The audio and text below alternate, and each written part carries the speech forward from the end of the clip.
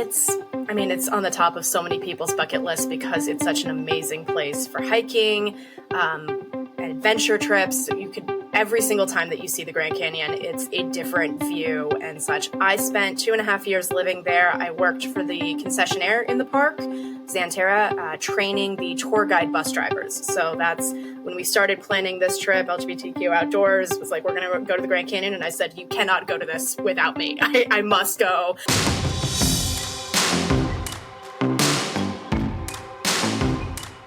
What do you do when you come out as LGBTQ and love the outdoors? What do you do when you see the outdoor space ruled by older white cis men and desire a diverse community of outdoor lovers?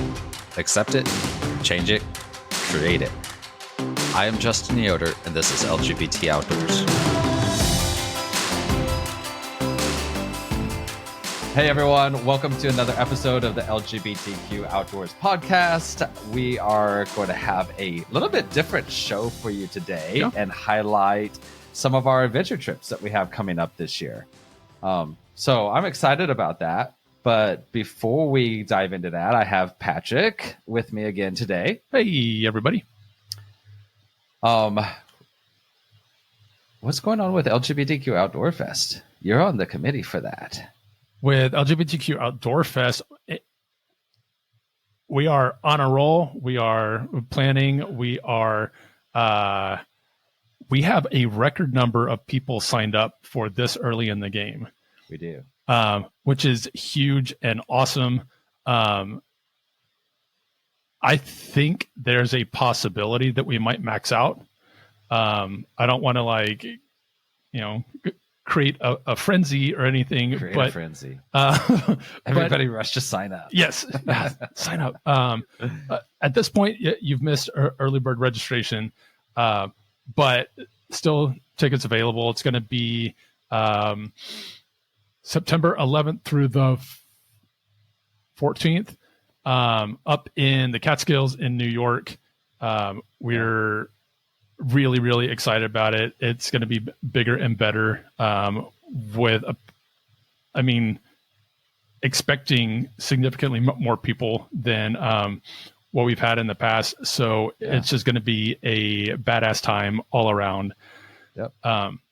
So wanted to check up on that, LGBTQ Outdoors /Outdoorfest, and check it out. You can see videos from last year and find out more information. And if you have some particular questions that you'd like to find out, you can email Josh at lgbtqoutdoors.com, and he'll actually be on this podcast here in a few minutes talking about his adventure trip.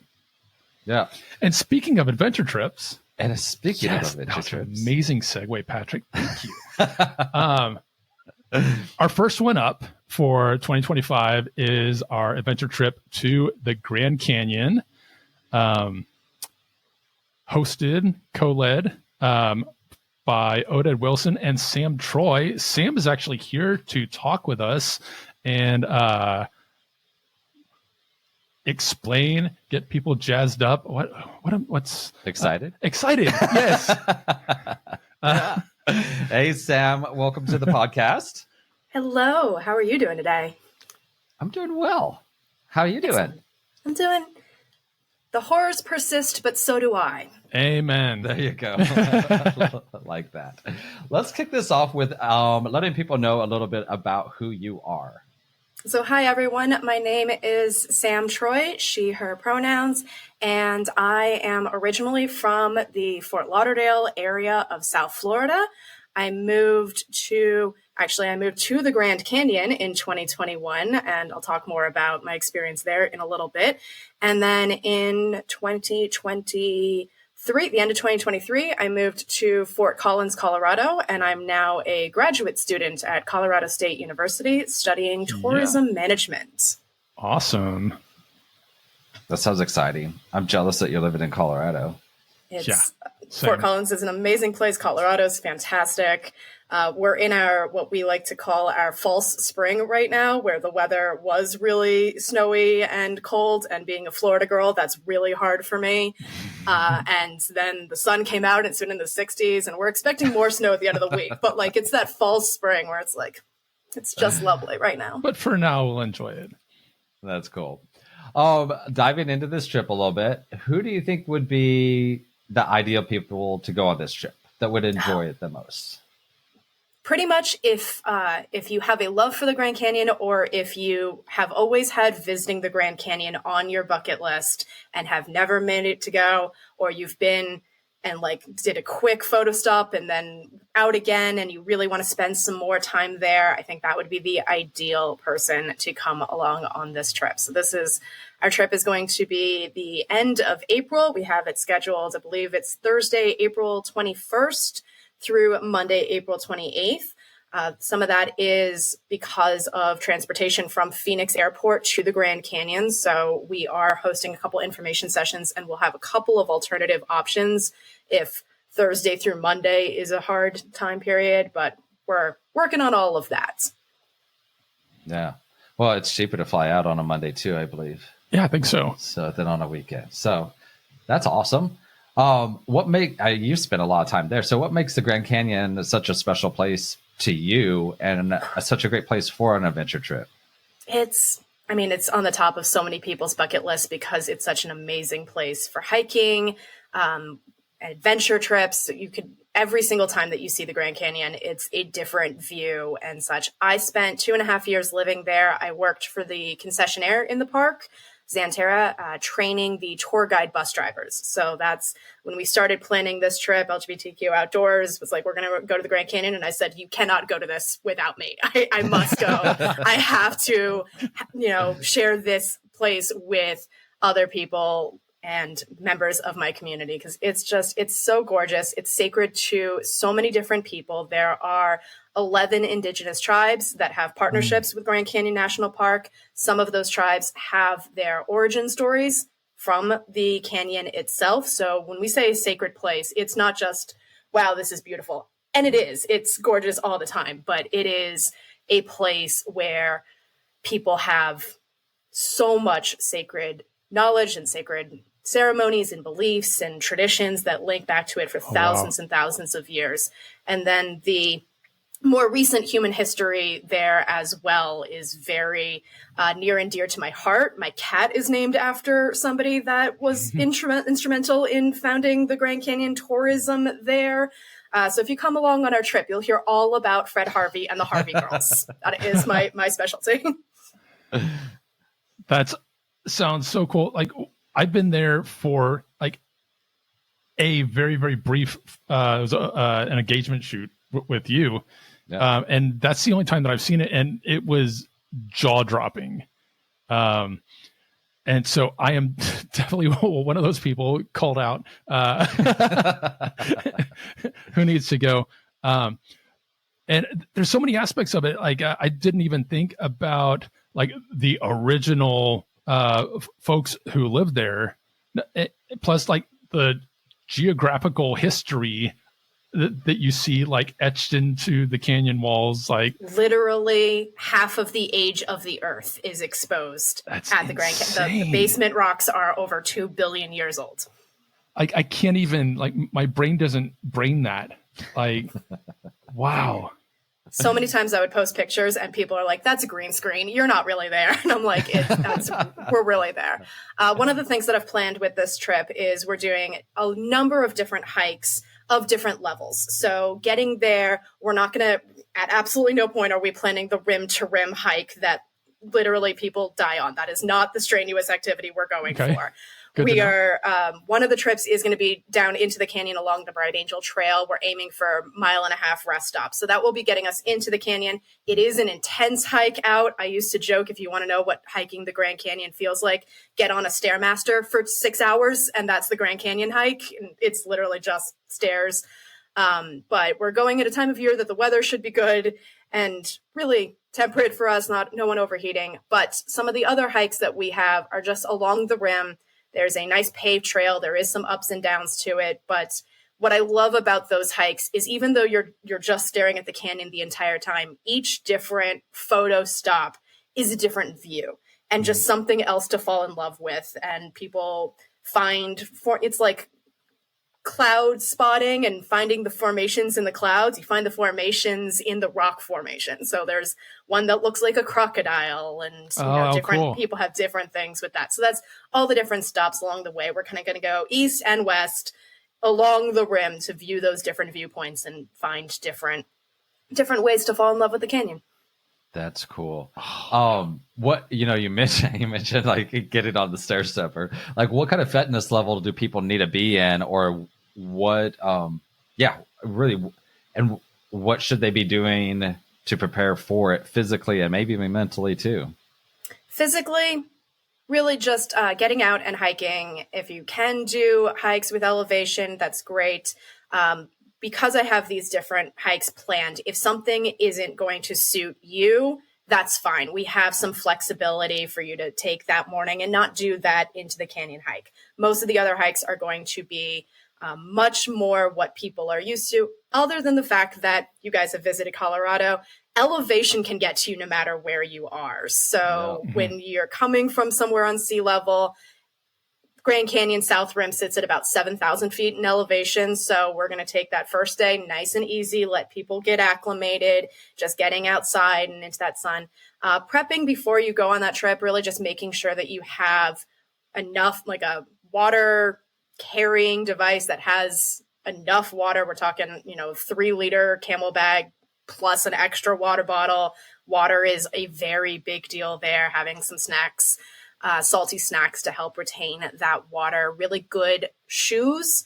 We're definitely not hiking into the canyon in flip-flops, carrying a tiny little water bottle. That is, people stand there saying, do not do that. So we're going to make sure to not do that. But otherwise, I'm trying to plan this as if you are a hiker at all, no matter what your level is. We're not talking doing that rim to rim hike I can't do it in a day. So we're definitely not planning that.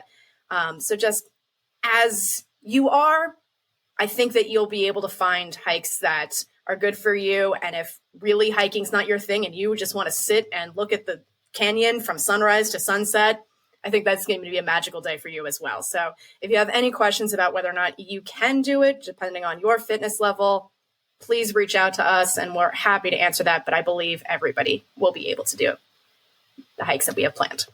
Yeah. Awesome. That's awesome. I love that you're really thinking about everybody's level in this. And that's one thing with our adventure trips, all of them too. If somebody needs a day off and they want to just hang out at, home base, then that's totally fine. And, so we don't want to push anybody too hard. So we're going to be staying, camping there at the campgrounds along the rim, the Mather Campground, named after Stephen Mather, the first superintendent of the national parks. And that is pretty close to the Grand Canyon Visitor Center. One of the hikes that we have planned is called the Trail of Time. It's right in the middle of all of the concessionaire and museums and things. And then it's a hike along the rim that has geological formation, like the examples of each of the rock layers. There's over 40 different kinds of rocks, and they're spaced out along the trail horizontally as you walk along the trail as they would be in time. So you start with like the most recent rocks, and then it takes you like an hour to get to the oldest rocks, and you can really see how long, and you can touch those rocks. So they put in that Trail of Time. I was fortunate enough to do that trail with some of the people that were involved building it. And they were talking about the accessibility of people, who might not be able to see how amazing the canyon is, but they can feel those rocks and really understand that stretch of geological time. So I have a feeling anybody that's going on this trip is going to get a lot of education. Which I love. I'm digging it. Like I'm learning stuff like even just now. How cool. Yeah, that's gonna be a great trip. So if people do have questions and want to reach out to you, Sam, what's the best way for people to be able to connect with you and ask those questions? Best way I try to be very accessible. I've cultivated my social media very carefully, but I'm on Facebook and Instagram, Sam Troy 13 on Instagram, or my email address, samtroy13@outlook.com. So Sam, S-A-M, Troy, like Deanna Troy from Star Trek Next Generation. Yeah. That is who I'm named after. 13 at outlook.com. Awesome. Yeah, we're excited. This is going to be an awesome trip. Also, just a quick note to go along with it. There is quite a few people already signed up for it. This is another one like Alaska that might get full. So if you're really interested in it, I'd suggest jumping on it sooner than later. And just to commit myself publicly, one of the things I'm in graduate school for as tourism management, I'm looking to start my own tour company. So this might be, if this is something that fills up and you want more Grand Canyon trips or more trips throughout the Southwest, please let us know. And I am happy to put this on the books in the future as well. So, awesome. And Outdoorfest. Can I plug Outdoorfest as well? Sure, go for it. I went to Outdoorfest last year for the first time, and it was one of the most magical experiences I've ever had. And I love rainbows so much. Everything I wear the entire weekend is rainbow themed. Mm-hmm. And I was fortunate enough to participate in a Pride night that got to showcase all of my rainbows. So I've been signed up to go to Outdoorfest since before we knew where 2025 was going to be. It's true. I'm sure we have a photo of your Pride Night get up. So yeah, we'll slip that in. She's the closing shot too in the highlight video from last year's video as well. That's amazing. In one sentence, what would you say LGBTQ Outdoor Fest is? In what, like, my elevator pitch for Outdoorfest is it's a queer summer camp for adults where everybody gets to participate in all sorts of various activities and really form community like no place else. Like all of our activities, all of our adventure trips are really great for forming community. And Outdoorfest, I think, is one of our peak events that you can really just meet some people that will change your life. Yep. I just got goosebumps. I'm excited. All right. Thanks, Sam. We appreciate you, and we're looking forward to seeing how the Grand Canyon trip goes. Yeah. Thanks, everybody. Can't wait to see you all there. All right. So we have our next adventure trip, which is going to be the Broken Bow fly fishing. Maybe more so fishing, but maybe a little bit more on the fly fishing side. It's fishing up in Broken Bow, so either way. And Josh McNabb, who has been a part of our organization for quite a while, also heads up LGBTQ Outdoorfest, is going to be pretty much our primary leader on that. I'm going on it as well. I'm going to be helping it out. But Josh, we are excited to be able to chat about this trip and hopefully get a lot of people interested in it. I know we've been talking about doing this for a while, and I'm excited to finally get back down to the South and go up to where I learned how to fly fish and share my love for it and show some people around some of the waters there.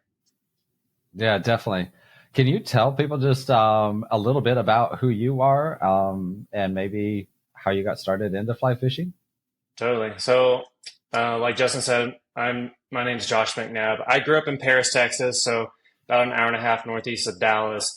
Growing up, my family, like our vacations was going camping. I was always fishing with my dad and my granddad, but it was always conventional and trot lines and things like that, good old country boy stuff. And one year we would go to Broken Bow all the time to go camping when I was a kid. And one year, I think it was like my 15th birthday, my parents took me up there for my birthday, and my dad and I went into the fly shop that sits there on the Mountain Fork River.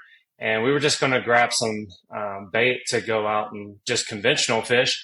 And there was a fly fishing kit sitting there, and I started talking to my dad about it. I was like, that'd be really fun to try. And he's like, well, we'll get that for you for your birthday. So he got it for me. And nice.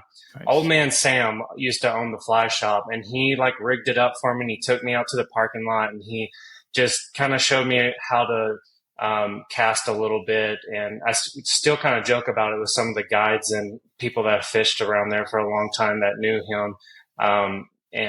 So yeah, that's kind of where I got started, was my 15th birthday, and just kind of figured it out on my own. I would go back and forth. Once I turned 16, I would drive up there. It was about an hour from my parents' house, and I would drive up there, just on the weekends, or I'd go camping by myself up there while I was in high school. And one time I ran into this guy that was an electrical engineer, and he traveled for work, and he started like giving me just kind of some one-on-one lessons because I was clearly terrible.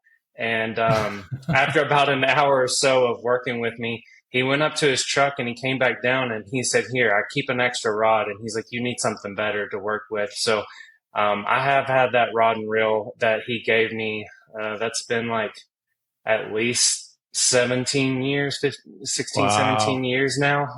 That was gifted to me from that. And that's just kind of where my love really took off from it.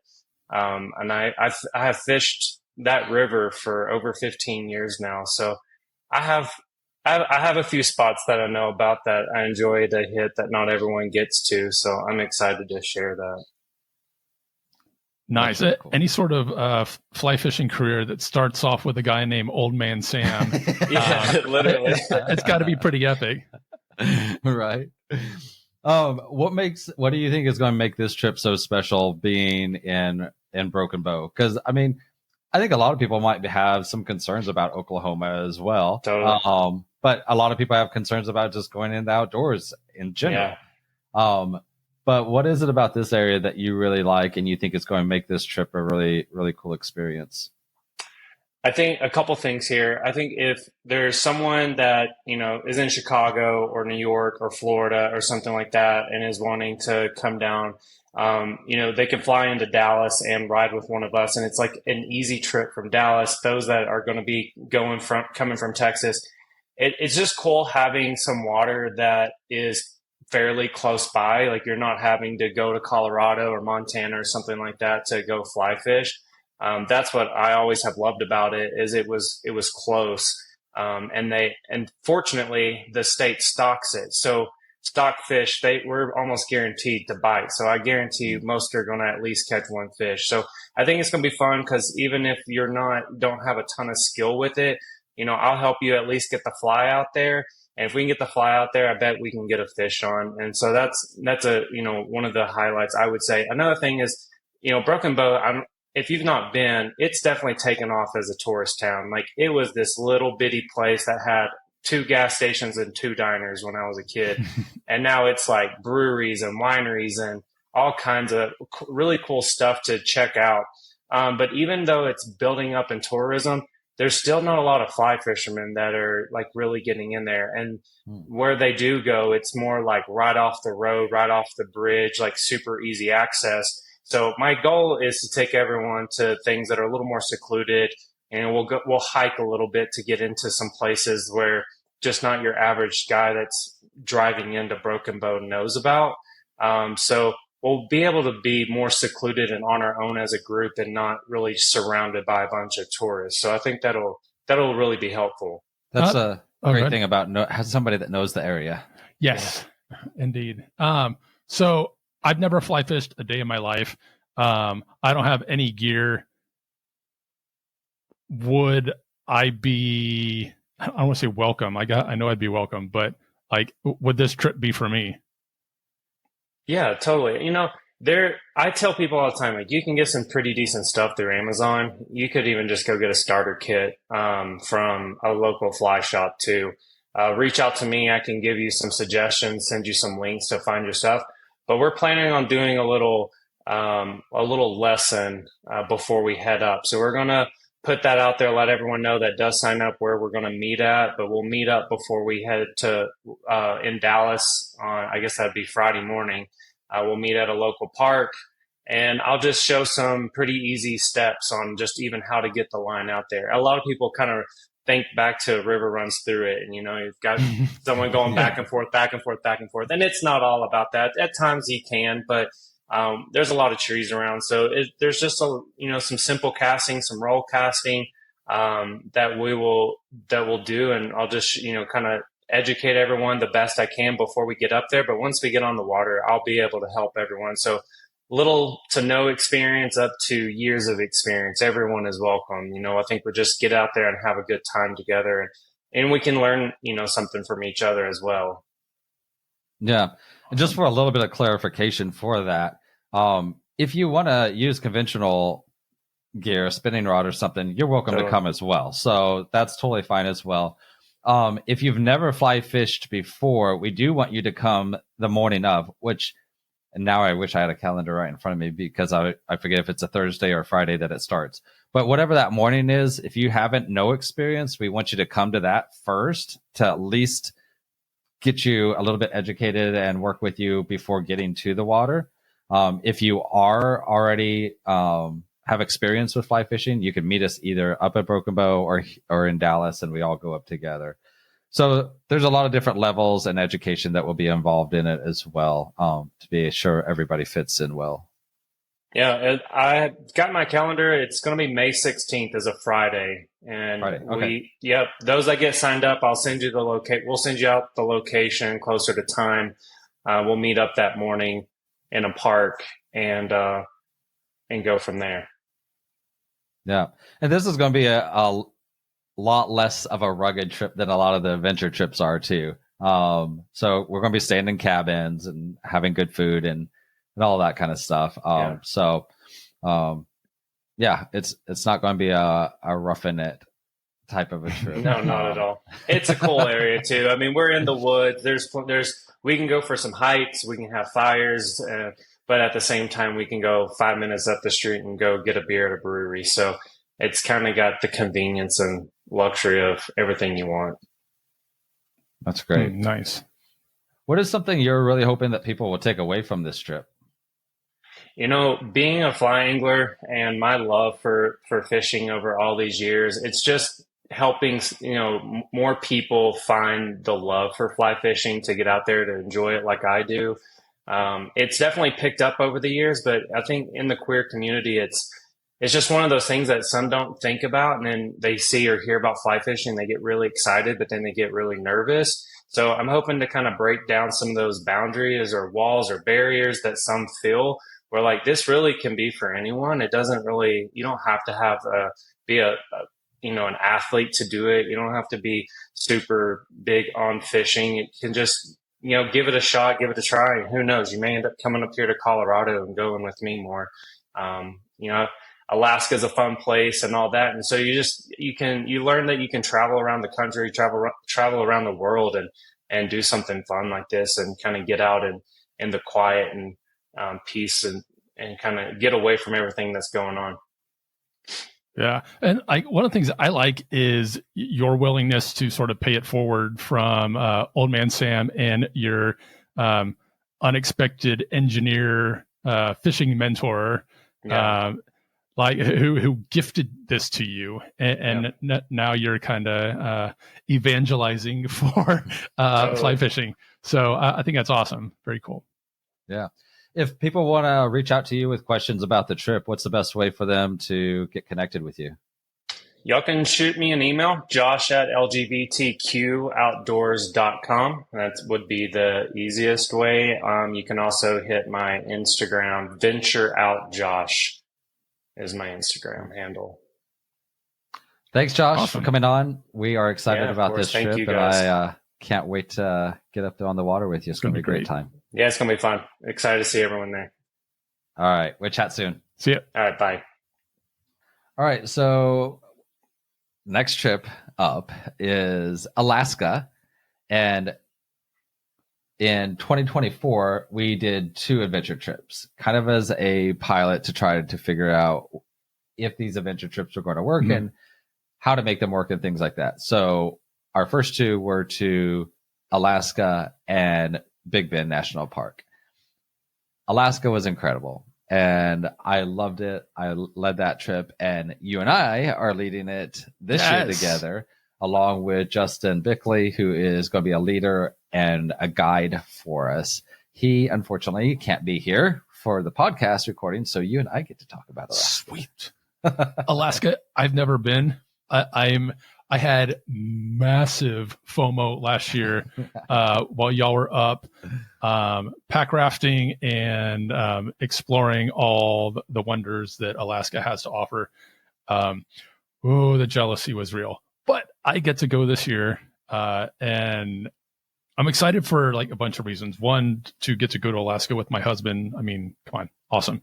But also to get out on the water. I grew up getting to go whitewater rafting, and I know it's different. It's a different thing, but it's still, you're on this floating device down a river, and there's something that is just flat out indescribably magic about it. So I can't wait. I could take up this entire segment just about talking about how excited I am, but I know that there's like some meat and potatoes we need to get to. Yeah. I think one thing that we want people to know for sure is like, this is a trip where, well, actually, first of all, we need to let people know about some bad news for people, really, because the trip is actually full right now.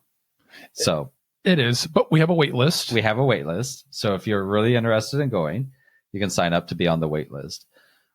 But it's really cool because what we're doing is giving people two main options. They can either make their main activity packrafting or their main activity hiking. And each group will do 3 days of that.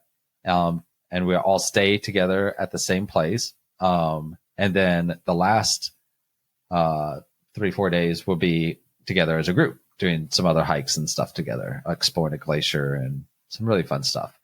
So yeah, I know people are probably like, well, if you're full, why are you sharing this then? And I guess because it's awesome.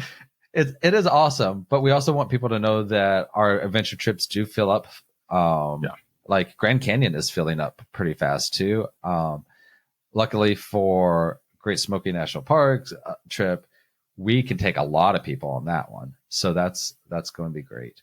But yeah, each year this is going to be something that we're going to do that people are going to want to jump on for sure. Now, Alaska is a lot more rugged. Like, right.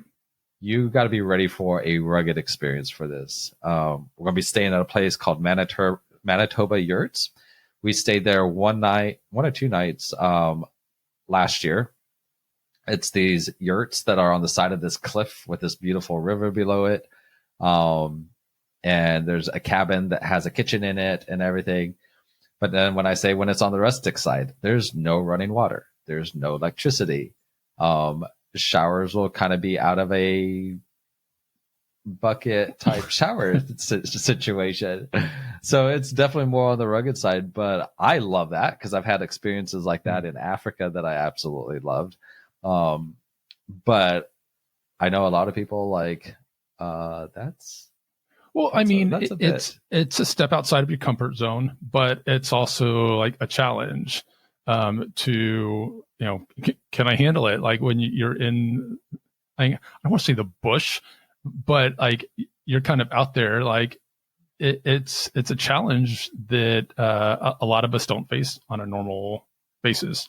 It definitely is. But and we're not just like going and throwing some rafts on the water and hopping in. Like we're partnering up with the Alaska Packrafting School, who've been on our podcast. So check out a previous episode with Jules and Justin Bickley. But like they literally like wrote the book on how to do this well and how to do this safely. So like we're leaning on like the professionals to take us out and have a good time while staying like afloat and alive. And and even for those who are going hiking, we're having like a local guide. Yeah. Who's going to show us around. Like, so we're going to get like the best of the best highlights of that area. So I was really, really excited. I cannot wait for July. Yeah. And if you don't know what packrafting is, it's Justin Bickley would not like me saying this probably, but think along the lines of an inflatable kayak, except way better. It is a lot lighter and can compress a lot more. So they call it packraft because it rolls up really small. I believe they weigh somewhere around 8 to 10 pounds, and you can put it in your backpack, hike in, blow it up, and then packraft out. So they're really, really cool. We don't hit any crazy water either. At the most, like level 1 rapids, which is not much at all. So it's not a lot of white water by any means. We don't go crazy on it. No, like I grew up, like my first rafting trip, I know we hit class 3. And I was like a kid, and like I survived. So class 1 shouldn't intimidate anybody. Yeah. But if it does, you're in good hands. Yep, definitely. And we're going to do training as well before jumping out. So we'll do a morning on a beautiful lake. I can't wait. So we'll practice and want to go over all the details and training before we start heading down one of the rivers. But if you're curious about it and you want more information, reach out to us. We can definitely get you on the wait list. Life happens, and sometimes like people can't go, and we don't wish them poorly. And but if somebody can't make it, we want to be able to bring somebody else along. So check it out. And our goal really with these events, the adventure trips, are to have them up by the 1st of January each year. That's what we're going to be trying for. So if you want to get on the Alaska one, January, the end of this year, start reaching out to us maybe and let us know that you're interested. It's a hot ticket. Yeah. And I think one of the great things about it too is we make it so affordable for an Alaska trip. Because when you start looking at a lot of Alaska trips, they get really expensive. And it is more of an expensive trip, but compared to if you were to go up there on your own and put a trip together like this, I think it's a killer deal. So reach out if you have any questions. If you're looking for high quality tents, sleeping bags, or backpacks at a price you can afford, well, look no further. We're proud to partner with Sierra Designs, a leading provider of innovative outdoor gear. Outside of offering high-quality, premier outdoor apparel and gear, Sierra Design supports game-changing organizations like LGBT Outdoors. To learn more, visit their website, sierradesigns.com, and enter code LGBT Outdoors to receive 25% off your entire purchase. This episode of the LGBT Outdoors podcast is brought to you by the Monterey Bay Aquarium, where you can experience the wonder beneath the waves and celebrate your connection to the ocean. Join Monterey Bay Aquarium in advocating for a healthy ocean. Together, we can tackle climate change and stop plastic pollutions at the source. Sign up for the Ocean Action email to learn how you can protect the oceans that connect us all at montereybayaquarium.org/act. All right, so our next upcoming trip will be from August 21 through 25. This one's going to be, well, they're all good. I know we're saying like, oh, this one's awesome. But this one, we're going to Glacier National Park. It's absolutely stunning. Been up there twice, I think. Once was after like a big old season of forest fires, and so like half the park was shut down. But the part that we did see was super, super cool. So that's going to be with Justin and our fantastic, what's her new title? Ambassador Program Manager.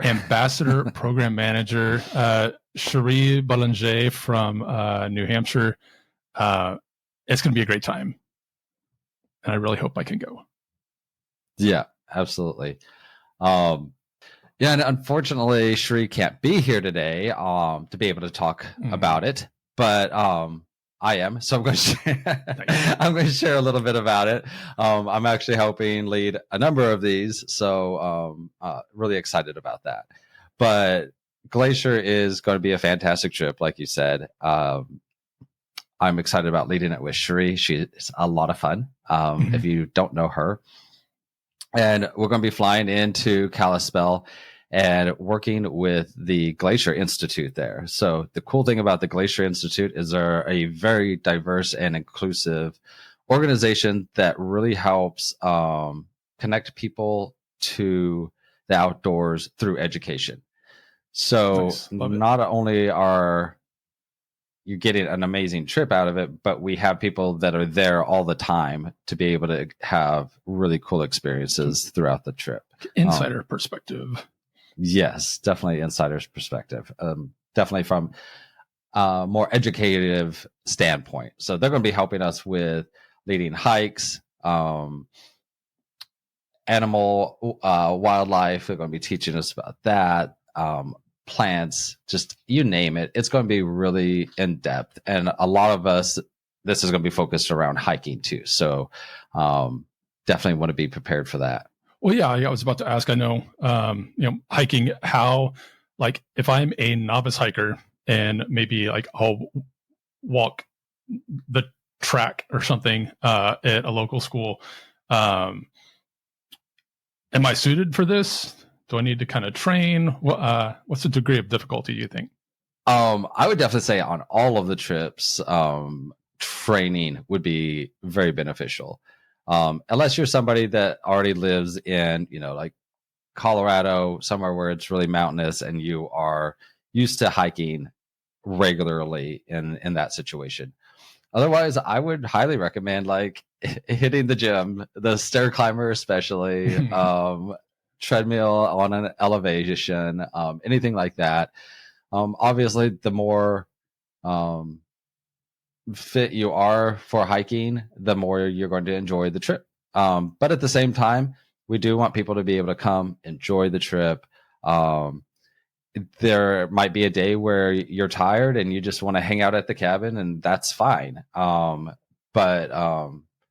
you do want to be somewhat fit to be able to go on this and used to some hiking, because there's going to be a good amount of hiking on this trip for sure.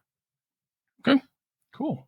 Fair. So, what do you think the takeaway is for getting to explore Glacier National Park with a queer group?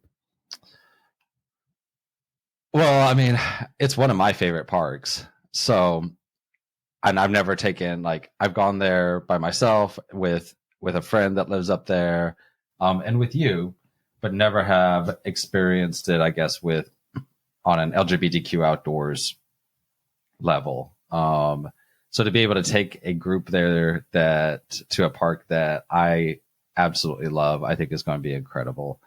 And I think that they're all going to grab a lot out of it, not only the knowledge from the educational aspect of it too, but the whole aspect that we love, providing this atmosphere for people to be able to get connected to the outdoors and just get away, get away from all the noise, get away from all the chaos that's going on, and just be able to connect with nature and each other.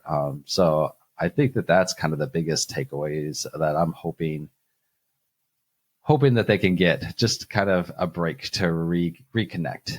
Yeah. And I think the same can be said for all the trips.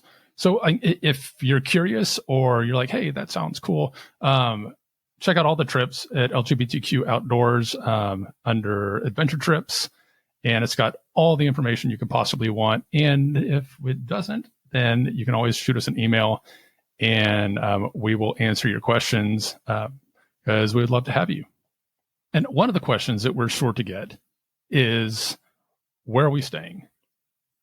Yeah, so that's part of the great thing of working with the Glacier Institute, because they've got cabins that we're going to be able to stay in. So this one is it's definitely a little bit on the rustic side, but it's not like we're camping in tents and everything. So it's going to be a little bit more comfortable, I guess you could say. But yeah, I am really excited about this trip. Lake McDonald is an amazing lake with super clear water, all the different kinds of wildlife, from mountain goats and grizzly bears, which obviously we'll go over all the wildlife safety and everything. Yeah, there's bears up there, lots of them. There's a lot of bears on most of the trips we're doing. Is a possibility. But if anybody, like you said, if anybody's interested, reach out to me on Instagram or shoot me an email, justin@lgbtqoutdoors.com, and happy to answer any of your questions. But we'd love to have you on the trip. You can check out the itinerary and more details on our website. All right. Another trip coming up to the Great Smoky Mountain National Park. Huh? Mountains. Mountains. Great.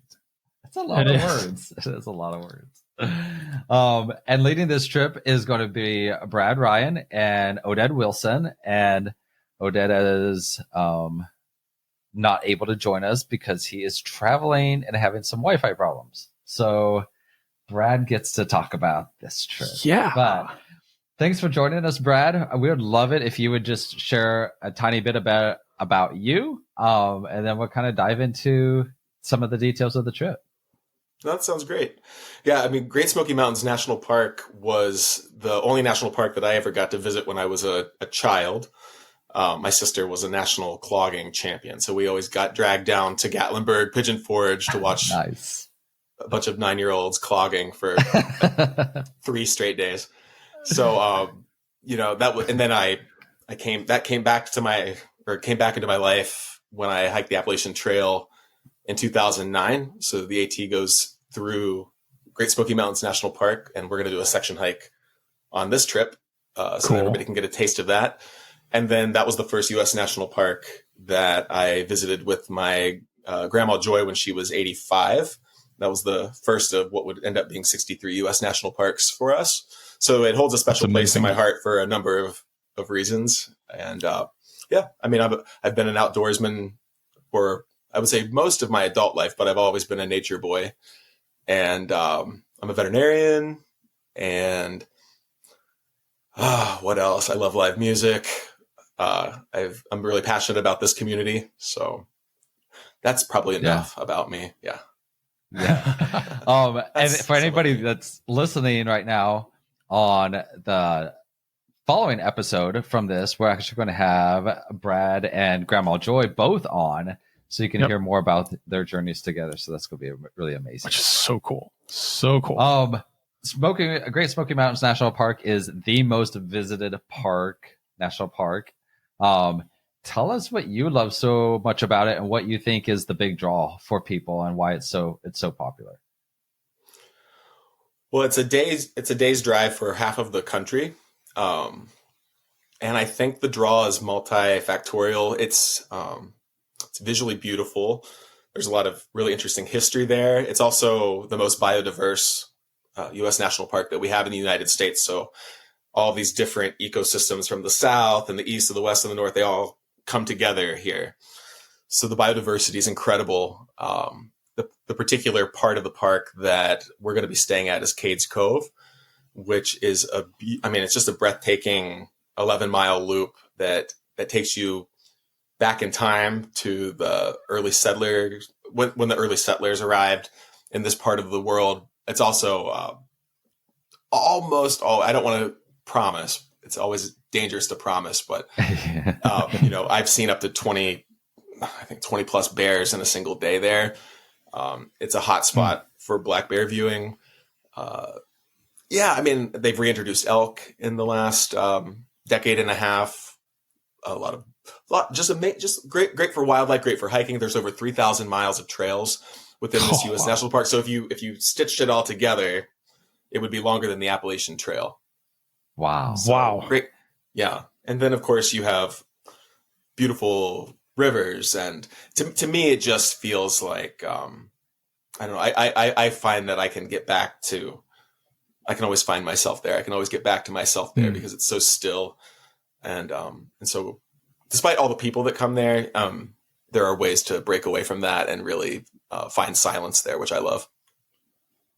So you mentioned the bears, and to me and to you, we would be excited about that. But for anybody that hears bears and camping, give us a little bit of education, because we're not dealing with grizzlies. That's totally different. That's but Glacier. Some people to ease. What's that? That's Glacier. Yeah.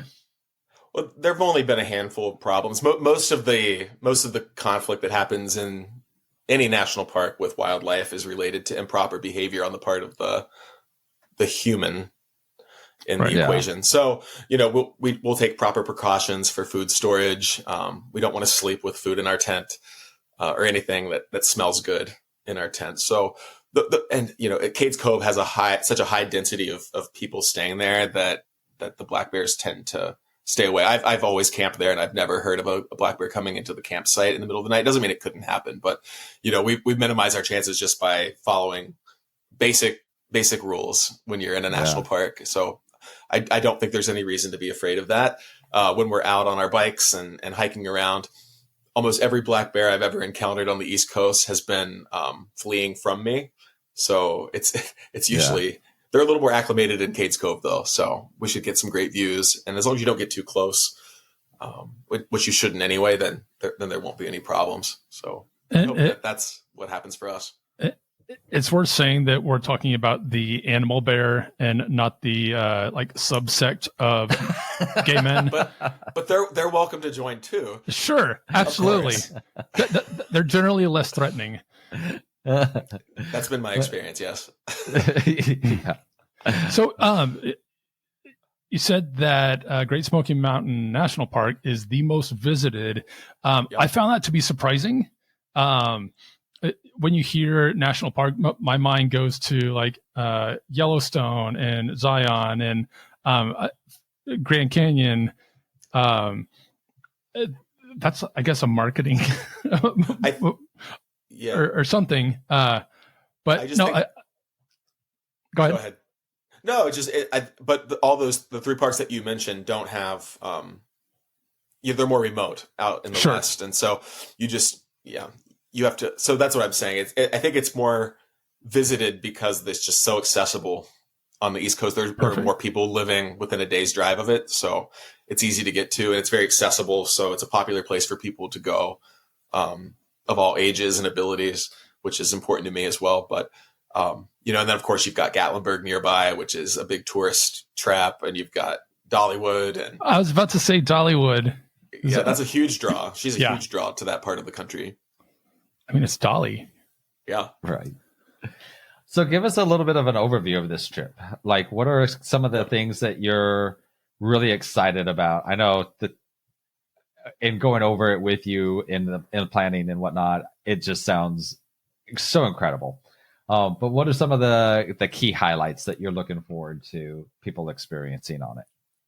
Well, there are a lot of different activities that we've tried to fold into this trip so that there's variety and that we have some flexibility in terms of physical rigor. Although this is a more strenuous trip, and I can break down some of those hikes for you. But we wanted to make sure that we take advantage of the trail system. That there's a cave hike for those that are interested in that. There's a longer 7.5 hour strenuous, sort of strenuous hike. It's going to be a beautiful hike though. So it shows off the views and gives people that want to see more of the park by foot an opportunity to do so. We'll have a waterfall hike at Abrams Falls. And then of course, I'm really excited about having the whole group hike together from Newfound Gap to what was formerly known as Klingman's Dome and is now known as Kuohi, which is the highest point in the entire park. And that's going to be an approximately 8-mile section hike of the Appalachian Trail. So great hiking opportunities, but flexibility there. So if people want to do the shorter 3-hour round trip Alum Cave Trail hike, and that's the one that Grandma Joy and I did together when we say that she climbed a mountain, that was the very long hike that we did together. And then for those who don't want to do that, there's the longer option, the 14-mile option. So people have some flexibility there. You can do a 3-mile round trip hike, or you can do a 7.5 hour estimated hike. And then either way, no matter which group you pick, you'll either go horseback riding in Cades Cove in the morning or in the afternoon. So that's a unique offering in Cades Cove. Yeah, is the horseback riding and also the ranger guided hayride that we're going to do on the first night, which is basically just a way to kind of ease into the trip, meet everybody, and have that first taste of Cades Cove and hopefully see some beautiful wildlife along the way. On the day that we hike the Appalachian Trail, when we finish that, people who are completely tuckered out can just, we're going to go over to the Oconaluftee Visitor Center on the outskirts of Cherokee, North Carolina. And then those people that just want to watch the elk in rut, watch the spectacle that is the annual rut with the bugling and the bulls chasing the females around and trying to herd them up, wearing themselves out in the process. that's 100% fine. And there probably will be plenty of people who sees the opportunity to just sit on a picnic bench and watch the natural spectacle of the elk rut.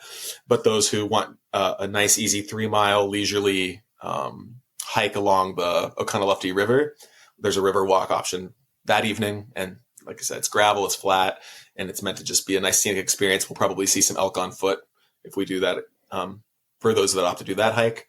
And then the other thing that we're going to do, the only time that we leave the park is when we go to the Nantahala Outdoor Center, which I first visited there when I was an Appalachian Trail thru hiker in 2009. So you hit Nantahala Outdoor Center right before you get to Fontana Dam at the southern entrance of Great Smoky Mountains National Park on the AT. And that's going to be a full day of whitewater rafting and zip lining. Yeah. And I forgot about the biking. So the good thing and the bad thing about Cades Cove and that loop, that 11-mile circuit loop, is that it's beautiful, lots of wildlife, but it's a 1-lane road. And when cars are there and the first person sees a bear and they just come to a stop, you end up with this long line of cars that are stuck in traffic all day long, and people get very impatient. And it's also a little more dangerous, I would say, for the people that are sharing that road with the cars on bike. So on Wednesday, this is a newer thing that they've done. I've never been there to experience this, but on Wednesdays now, the National Park Service will shut down that road, and it's exclusive to bike traffic only. Oh, how so cool. We'll have the whole day to ourselves, no cars, and that should mean much better wildlife viewing. And and it's just our playground. Wow. So we'll bike out to Abrams Falls and hike up to the waterfall, have lunch there, and we can just play around the whole day. That's right before we go home. So wow. I hope those check boxes for everyone. And of course, if you want to just socialize and stay back at the campground, nobody's going to stop you. So yeah, it's going to be a packed trip for sure. So if people do get tired and they just need a nap time and to chill and relax, like there's no pressure on having to do some of this. So it's kind of pick and choose what you would like to do. It is a little bit more, even though maybe a little bit more on the rustic side. It is camping. Showers will be like tent showers. So, but it's an adventure trip. But it's a lot. I mean, it's hiking, it's biking, it's rafting, it's zipline, horseback riding. Horseback riding. Like you want to do all those things in a single trip. Like that's, yeah. And it's a little bit longer than our other adventure trips too. So there's a little bit more time to get all that in there. But sounds amazing, Brad. I'm super excited for this. I'm hoping that Patrick and I get to go on this one as well, because it just sounds amazing. If people have any questions or want to connect with you, what's the best way for them to do that? You can just email me. It's bradryandvm@gmail.com. And, I guess the two things that I would ask you to think about more than anything are just, are you going to be physically able to do the longest hike for everybody will be that 8-mile slowly. It's a slow ascent, but it's a gradual climb along the AT. So my big takeaway point is just be honest about your abilities so that you don't get injured. And, you can build up to it. If this is something you want to aspire to, you have until September. So just, we're going to take it slow. These aren't going to be, long days without breaks, of course. So we can take our time and help each other get to the finish line. Yep. But I just want to make sure that people, don't get in over your heads as far as, because these are long hikes, and I just don't want anybody to get injured. And then as far as you already mentioned it, but there are bathrooms in the campground with mirrors and sinks, everything. You can wash your face. You can take your contacts in and out and so forth. But the showers are more rustic, as you said, and probably not a bad idea to bring some hand sanitizer, baby wipes, things like that, just so that you can stay comfortable and not be too self-conscious about your your odors. Yeah.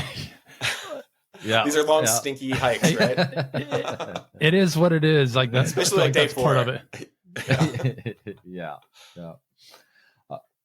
No, I think that this sounds amazing. Again, these are adventure trips, so they're a little bit more on the rustic side and providing these opportunities for the queer community. So if you have any questions, reach out to Brad. I know that he would be happy to connect with you and answer any that you have. But Brad, thank you for coming on and sharing about the trip, and we're looking forward to it.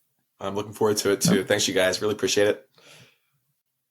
Okay, so we have like 5 of these adventure trips lined up throughout 2025. As you can tell, there's a lot going on and a lot that goes into all of them, and they're all like wildly different. And some are a little bit more chill, some are a little bit more involved. And we did that just so that hopefully there's something for everybody. Like we want to get people outdoors, like that's our whole deal. So hoping that one of these might have piqued your interest, and certainly encourage you to check out the website LGBTQ Outdoors, I believe, /adventure trips. And let us know if you have any questions. Come join us. It's going to be amazing. Whichever one or multiples you might choose. But yeah, we'd love to see you. Yeah, absolutely. And also feel free to sign up for our newsletter on our website so that you can stay connected with everything that we have going on. We, of course, have our local chapter events going on as well. So anything event related, if you go to our website, click on events, there's going to be a drop down and you can check all of those out. We'd love to be able to get you connected and plugged into everything that we're doing here at LGBTQ Outdoors. And until next time, get out there. Thanks for tuning in to this episode of the LGBT Outdoors podcast. You can catch up on past episodes on your favorite podcast streaming platforms. Stay connected with us on Instagram at LGBT Outdoors and join our vibrant community at facebook.com/groups/LGBT Outdoors. Support our mission to promote LGBTQ+ inclusion in the outdoors by becoming a member of the Trailblazer Society at lgbtoutdoors.com/trailblazers. For more information about LGBT Outdoors, LGBT Outdoorfest, local chapters, adventure trips, or to sign up for our newsletter, head to lgbtoutdoors.com. If you enjoyed the episode, don't forget to rate, review, and follow us. Your support makes a difference.